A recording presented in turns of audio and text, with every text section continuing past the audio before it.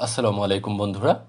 আজকে আমরা নদী নৌকা সম্পর্কিত যেসব সমস্যা থাকে এই রিলেটেড থিওরি সম্পর্কে জানবো। তো নদী নৌকার ম্যাথগুলোতে আমরা যে ব্যাপারগুলো আসলে দেখি, দেখা যায় যে এখানে একটা তোমার ন- নদীর বেগ থাকে, যেটাকে আমরা স্রোতের বেগ বলে থাকি। তো আমরা এখানে সাধারণত স্রোতের বেগকে ইউ দিয়ে প্রকাশ করব। আর দেখা যায় যে হচ্ছে নৌকার বেগ থাকে, যেটাকে আমরা ভি দিয়ে প্রকাশ করব।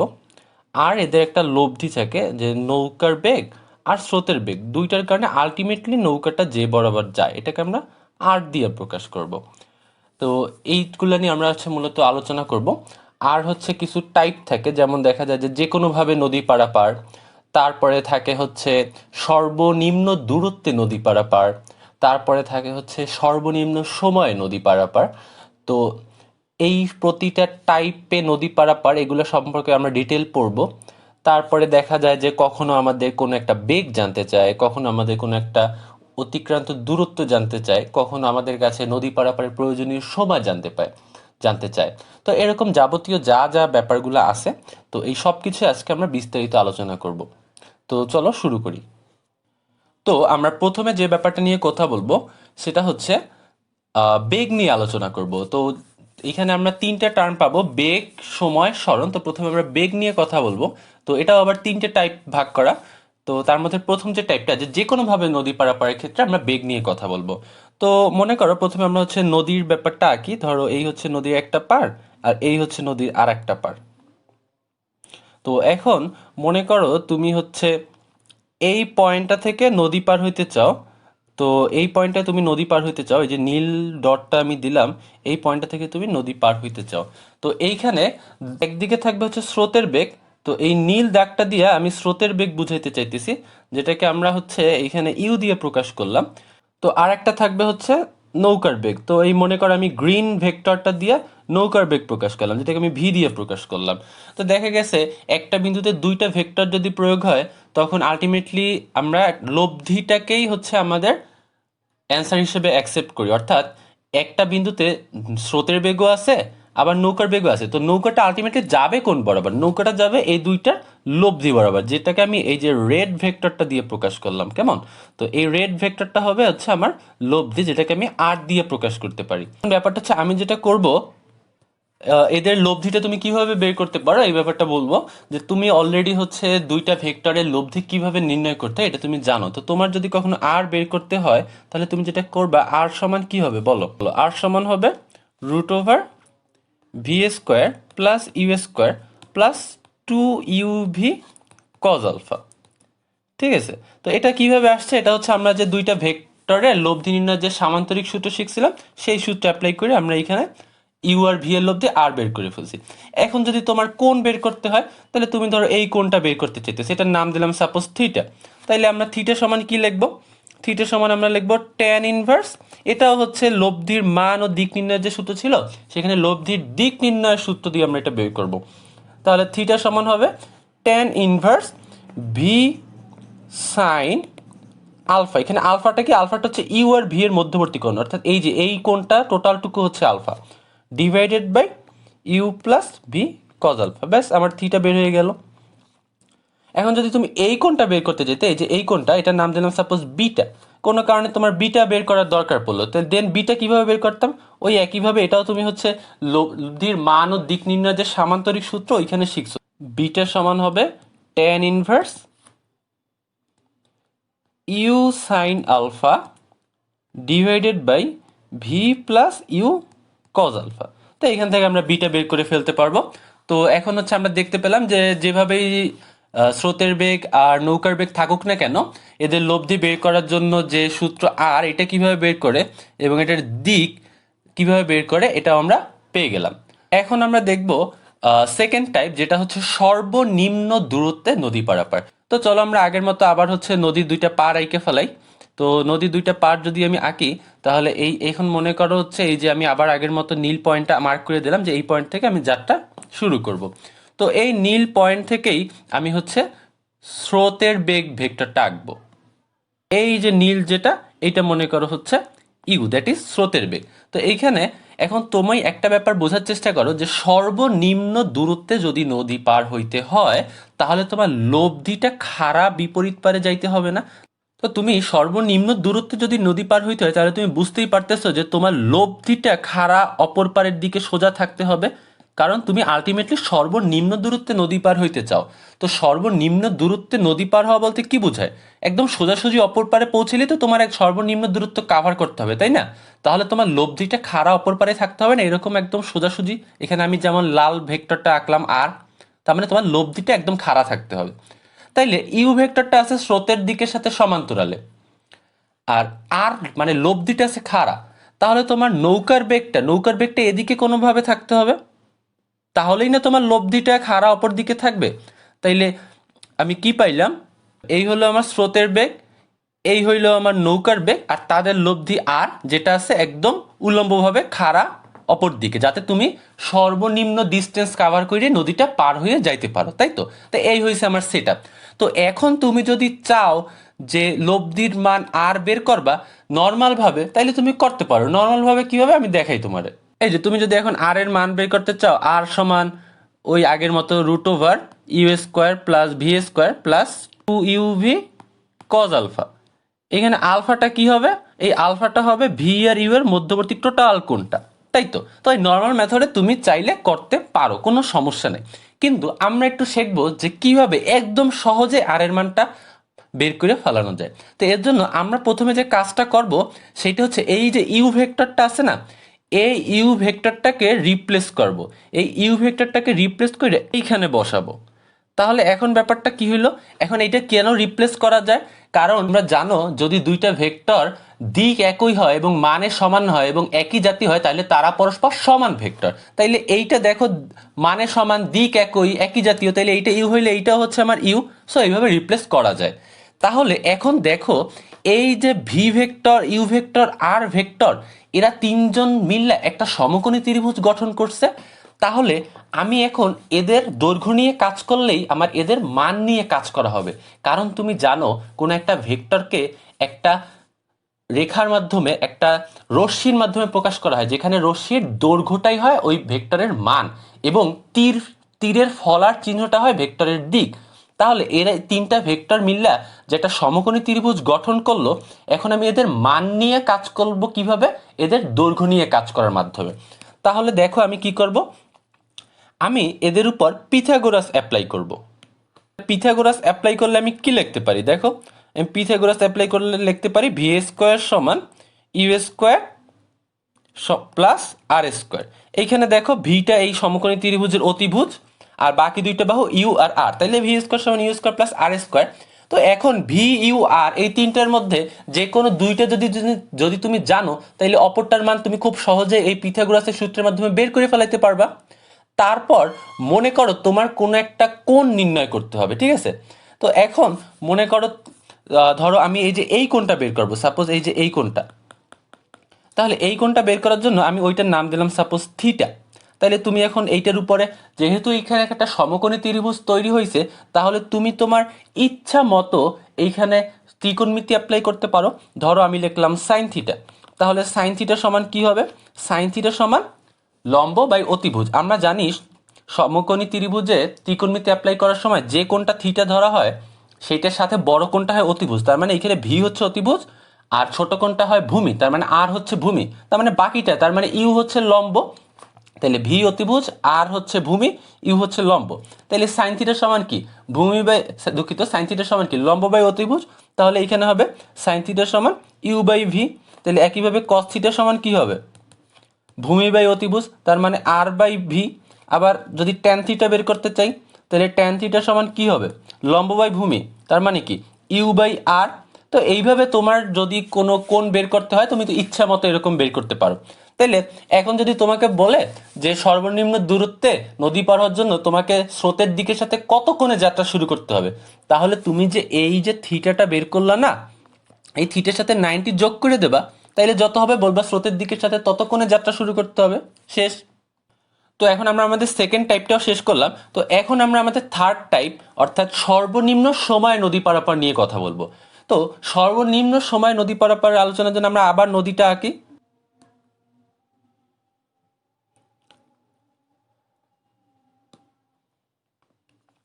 এখন সর্বনিম্ন দূরত্বে নদী পারাপারের সময় আমাদের শর্ত ছিল যে লব্ধিটা খাড়া অপর পারের দিকে থাকতে হবে, আর সর্বনিম্ন সময় নদী পারাপারের জন্য শর্তটা হলো তোমার নৌকার বেগটা খাড়া অপর পারের দিকে থাকতে হবে। মনে রাখবা কি বলছি, যে সর্বনিম্ন সময় নদী পারাপারের জন্য নৌকার বেগ দ্যাট ইজ ভি এইটা খাড়া অপর পারের দিকে থাকতে হবে। তাহলে আমি বাকিগুলো আইকে ফেলাই। স্রোতের বেগ ইউ, এটা তো থাকবে নদীর পারের সাথে সমান্তরাল, দ্যাট ইজ ইউ। তাহলে লব্ধি থাকবে এদের মাঝামাঝি, তাহলে এই মনে করো আর। তাহলে এখন যে কাজটা করব, এই আগের টাইপে আমি ইউকে রিপ্লেস করছিলাম না, ওই একইভাবে এবারও আমি ইউকে রিপ্লেস করবো। ইউকে রিপ্লেস করে এইখানে নিয়ে আসবো। কেন রিপ্লেস করা যায় এটা অলরেডি তোমাকে বলছি। তাহলে এখন কি হলো, এই যে ভি ইউ আর এর একটা সমকোণী ত্রিভুজ গঠন করলো, তাই তো? তাহলে এইখানেও আমি এখন ত্রিকোণমিতি অ্যাপ্লাই করতে পারি। দেখো ত্রিকোণমিতি অ্যাপ্লাই করলে কি হবে, এখানে আর হচ্ছে অতিভুজ, তাইলে আর স্কোয়ার সমান V square plus U square. তাহলে এখন তুমি এই আর ইউ ভি এই তিনটার মধ্যে যে কোনো দুইটার মান জানলে অপরটার মান খুব সহজেই পিথাগোরাসের সূত্র অ্যাপ্লাই করে বের করে ফেলতে পারবা। এখন মনে করো তোমার কোন একটা কোণ নির্ণয় করতে হবে, তোমার যা ইচ্ছে তুমি তাই কি কত সহজে বের করতে পারো। দেখো মনে করো এই কোণটা ধরলাম থিটা, এখন এইখানে আমি ত্রিকোণমিতি অ্যাপ্লাই করতেই পারি। ধরো সাইন থিটা যদি লিখি, সাইন থিটা সমান কি হবে বলো? তোমার এইখানে এইটা যদি থিটা হয় তাহলে ভি হবে ভূমি, আর হবে অতিভুজ, তাহলে সাইন থিটা সমান হচ্ছে লম্ব বাই অতিভুজ। তাহলে এখানে লম্ব হচ্ছে ইউ আর অতিভুজ হচ্ছে আর। কস থিটা সমান কি হবে বলো? কস থিটা সমান হবে হচ্ছে ভূমি বাই অতিভুজ, ভূমি হচ্ছে ভি, অতিভুজ হচ্ছে আর। ট্যান থিটা সমান কি হবে? ট্যান থিটা সমান হবে লম্ব বাই ভূমি, তাহলে এখানে লম্ব হচ্ছে ইউ, ভূমি হচ্ছে ভি, তাহলে ইউ বাই ভি। এরকম ইচ্ছা মতো তোমার যখন যেটা ধরা লাগবে তুমি ধরে তুমি খুব সহজে এই মানগুলো বের করে ফেলতে পারবা। বন্ধুরা, বেগ নিয়ে মোটামুটি আমাদের আলোচনা শেষ। তো তোমরা বেগের ব্যাপারে যতটুকু যা শিখেছো তা দিয়ে মোটামুটি সব রকম অঙ্কই মোকাবেলা করা যাবে।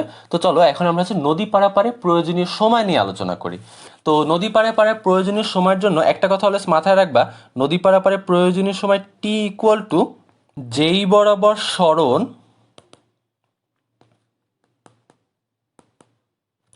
সেই বরাবর বেগ। এই কথাটার মানে তোমার কাছে এখন একটু ঝাপসা মনে হলেও আমি উদাহরণ দিলে তোমার কাছে ব্যাপারটা ক্লিয়ার হয়ে যাবে। তো মনে করো আমি হচ্ছে নদীর দুইটা পাড় আঁকি। তো ধরো আগের মতোই সব আঁকি।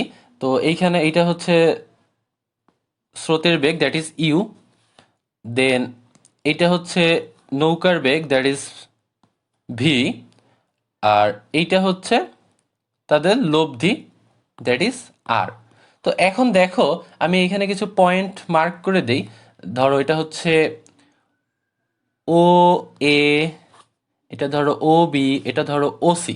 ওকে, তো এখন এই যে বিভিন্ন ডিরেকশন মার্ক করে দিছি, ও এ বরাবর যেমন একটা বেগ আছে এবং যেখানে একটা বেগ নামক রাশি থাকে সেইখানে সরণ এবং সময় নামক দুইটা রাশিও অবশ্যই থাকে।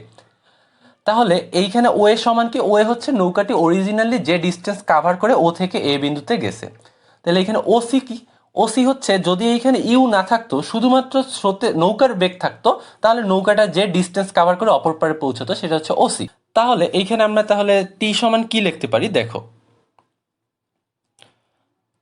আমরা টি সমান লিখতে পারি, যদি আমরা বেগ হিসাবে ভি কে নেই, দূরত্ব হিসেবে বা সরণ হিসেবে ওসি কে নেব। যদি আমরা বেগ হিসাবে আর কে নেই তাহলে আমরা সরণ হিসেবে ও এ কে নেব। যদি আমরা বেগ হিসেবে ইউ কে নেই তাহলে আমরা সরণ হিসেবে ওবি কে নেব। তো এই হচ্ছে বেসিক সূত্র। তো এখন আমরা হচ্ছে যে কোনোভাবে নদী পারাপারের ক্ষেত্রে সময় নিয়ে ডিসকাস করেছি। তো এখন আমরা টাইপ 2 দ্যাট মিনস সর্বনিম্ন দূরত্বে নদী পারাপারের জন্য একটু সময় নিয়ে ডিসকাস করি। তো আমরা নদীর দুইটা পার আঁকি। তো এখন আমরা যে ছবিটা আঁকছিলাম সেটাই আবার রিপিট করি, যেখানে লব্ধিটা ছিল হচ্ছে একদম উলম্বভাবে দ্যাট ওয়াজ আর, এবং স্রোতের বেগটা আমরা এইখানে রিপ্লেস করে রেখেছিলাম যেটা ছিল হচ্ছে ইউ, এবং নৌকার বেগটা ছিল এই বরাবর যেটা ছিল ভি। তাহলে আমরা যদি এখানে নাম দেই ও এ বি, তাহলে এখানে ও এটা হচ্ছে নদীর প্রস্থ, আর ও বিটা হচ্ছে যদি অন্য বেগগুলো না থাকতো আলটিমেটলি ও এই বরাবরই পৌঁছাইতো। তো এরকম হচ্ছে তুমি দেখেই বুঝতে পারবা। তো এখন যদি আমি সময় বলি তাহলে এখানে টাইম টি ইকুয়াল টু আমরা লিখতে পারি, যদি বেগ হিসেবে ভি কে নেই তাহলে সরণ হিসেবে ওবি কে নেব। যদি বেগ হিসেবে আমি আর কে নেই তাহলে সরণ হিসেবে ও এ কে নেব। যদি আমি বেগ হিসেবে ইউ কে নেই তাহলে আমি সরণ হিসেবে এ বি কে নেব। তো এখন সর্বনিম্ন সময়ে নদী পারাপারের জন্য ব্যাপারটা আবার একটু দেখি।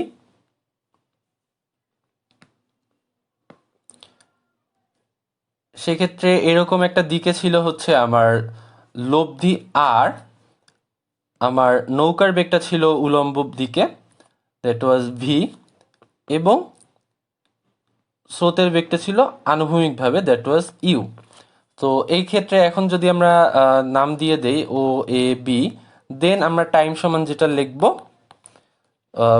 বেগ হিসেবে ভি কে নিলে সরণ হিসেবে ও এ, বেগ হিসেবে আর কে নিলে সরণ হিসেবে ও বি, বেগ হিসেবে ইউ কে নিলে সরণ হিসেবে এ বি। তো এই হচ্ছে আমার সরণ নিয়ে মোটামুটি আহ, তো এই হচ্ছে আমার সময় নিয়ে মোটামুটি আলোচনার সমাপ্তি। তো আমরা সময় নিয়ে এইখানে যতটুকু যা শিখতে পেরেছি তা দিয়ে মোটামুটি ম্যাক্সিমাম প্রবলেম সলভ করা যাবে। তো চলো এখন আমরা সরণের কাছে যাই। আমরা এখন সরণ নিয়ে আলোচনা করব। তো ব্যাপারটা আমরা একটু আঁকি। ধরো এই হচ্ছে নদীর একটা পাড়, এই হচ্ছে নদীর আরেকটা পাড়। তো নৌকাটা মনে করো এখান থেকে এইখানে পৌঁছানোর জন্য এতটুকু ডিস্টেন্স কাভার করে, তো এইটুকু আমরা তাহলে সরণ বলতে পারি। তো একটা জিনিস খেয়াল করো, নদীর এপার থেকে ওপারে পৌঁছাতে যে সরণটা ঘটায় তার আবার দুইটা পার্ট থাকে। একটা হচ্ছে ওর সরণের অনুভূমিক উপাংশ, দ্যাট ইজ এস এক্স, এবং ওর সরণের উলম্ব উপাংশ, দ্যাট ইজ এস ওয়াই। অর্থাৎ ওর সরণটাকে আমি দুইভাবে ভাগ করে নিতে পারি, একটা হচ্ছে অনুভূমিক উপাংশ আর একটা হচ্ছে উলম্ব উপাংশ। অনুভূমিক উপাংশ আমরা এস এক্স দ্বারা প্রকাশ করেছি এবং উলম্ব উপাংশকে আমরা এস ওয়াই দ্বারা প্রকাশ করেছি। তো ব্যাপারটা বোঝার চেষ্টা করো যে অনুভূমিক সরণের জন্য বেগগুলোর কিছু অংশ কাজ করে, উলম্ব সরণের জন্য বেগগুলোর কিছু অংশ কাজ করে। আমরা অলরেডি দেখেছি এখানে মূলত দুই রকম বেগ থাকে, একটা হচ্ছে স্রোতের বেগ ইউ এবং আর একটা হচ্ছে নৌকার বেগ ভি।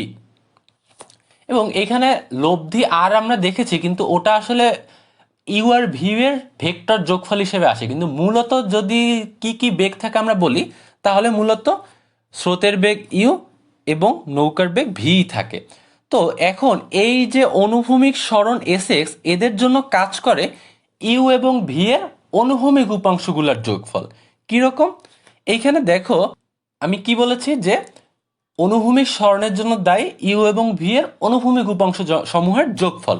তাহলে দেখো এইখানে ইউ এর অনুভূমিক উপাংশ হবে ইউ কস 0 ডিগ্রি, এবং এই কোণটা যদি আমি বলি থিটা, তাহলে ভি এর অনুভূমিক উপাংশ হবে V cos theta.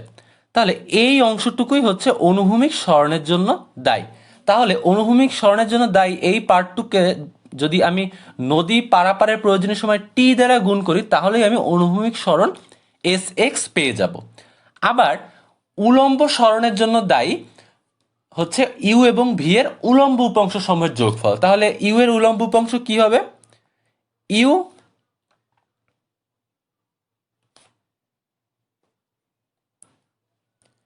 cos 90 degree plus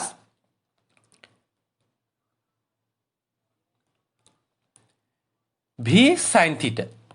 তাহলে এই পার্টটুকুকে আমরা বলতে পারি যে উলম্ব সরণের জন্য বেগের যে অংশটুকু কাজ করছে।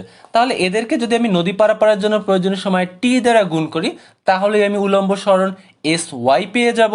তো বন্ধুরা, এই যে সর্বনিম্ন দূরত্বে নদী পারাপার, এই ক্ষেত্রে তোমরা দেখতেই পাইতেছো যে এই যে সরণটা হয়, এই সরণটা হয় একদম উলম্ব বরাবর। তো এই ক্ষেত্রে খুব সিম্পলি বোঝা যায় যে অনুভূমিক সরণ এস এক্স সমান 0। আর উলম্ব সরণ এস ওয়াই সমান কি হবে? উলম্ব সরণ এস ওয়াই সমান হবে ভি এর উলম্ব উপাংশ, দ্যাট ইজ এইটা যদি থিটা ধরি, তাহলে এইখানে আমরা ভি এর উলম্ব উপাংশ বলতে পারি V cos theta, plus U এর উলম্ব উপাংশ হচ্ছে ইউ কজ 90 ডিগ্রি, কিন্তু কজ 90 ডিগ্রি মান 0 হয়, এটুকু 0 হয়ে যায়, এইটা ইন্টু টি। তাহলে এটাই হবে আমার উলম্ব সরণ এস ওয়াই। এখন এই উলম্ব সরণটা এখানে আসলে নদীর প্রস্থের সমান, তাহলে এইটা সমান এ- একবারে আমরা নদীর প্রস্থ বলতে পারি। বন্ধুরা, সর্বনিম্ন সময়ে নদী পারাপারের ক্ষেত্রে এক্ষেত্রে অনুভূমিক সরণ এস এক্স সমান তাহলে আমরা বলতে পারি ইউ কজ 0 ডিগ্রি। ইউ এর অনুভূমিক উপাংশ হচ্ছে ইউ কজ 0 ডিগ্রি। তো এখানে ইউ এর অনুভূমিক উপাংশ ইউ কজ 0 ডিগ্রিতে কজ 0 ডিগ্রি সমান 1 হয়ে যাওয়া ইউ কজ 0 ডিগ্রিকে শুধু ইউই বলতে পারি, কারণ কজ 0 ডিগ্রি সমান 1। তাহলে এখানে শুধু ইউ লিখলেই হবে। প্লাস এখানে ভি এর অনুভূমিক উপাংশ, এখানে আসলে ভি এর অনুভূমিক উপাংশ হবে ভি কজ 90।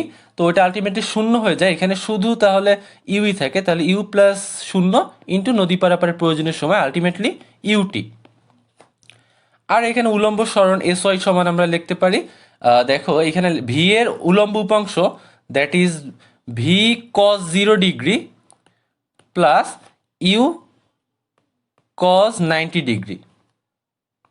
তো এটাকে আমরা নদী পারাপারের প্রয়োজনের সময় টি দ্বারা গুণ করব। তো এখানে দেখো ভি এর উলম্ব উপাংশ যেটা হচ্ছে ভি কজ 0 ডিগ্রি, এটা আলটিমেটলি ভি হয়ে যায় কারণ কজ 0 ডিগ্রি সমান 1। আর ইউ এর উলম্ব উপাংশ যেটা ইউ কজ 90 ডিগ্রি, এটা শূন্য হয়ে যায় কারণ কজ 90 ডিগ্রি সমান 0। তার মানে আলটিমেটলি ভিটি, এটাই হবে উলম্ব সরণ। তো বন্ধুরা, আজকে এই পর্যন্তই। তো তোমাদের যদি কোনো প্রশ্ন থেকে থাকে তাহলে কমেন্ট বক্সে অবশ্যই জানাবে। সবাই ভালো থাকবে। আসসালামু আলাইকুম।